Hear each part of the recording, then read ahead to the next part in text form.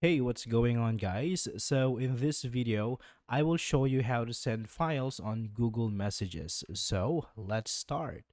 So, first here, let's go ahead and open up Google Messages on our Android device. So, first here, let's open up Google Messages on Android device. Now, tap on the person you want to send the file to. Let's take, for example, this one. Now, next, tap on the plus icon. And here, tap on Files. So at the top, you can choose what kind of file you want to send. You can send images, audio, videos, or documents. Now, for this example, I want to send a PDF file.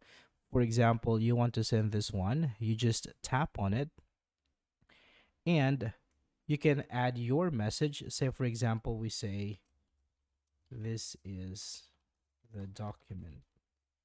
And you can tap on send. All right, so there we have it, guys. This is how you send files on Google Messages. Thank you for watching, and I will see you in the next one.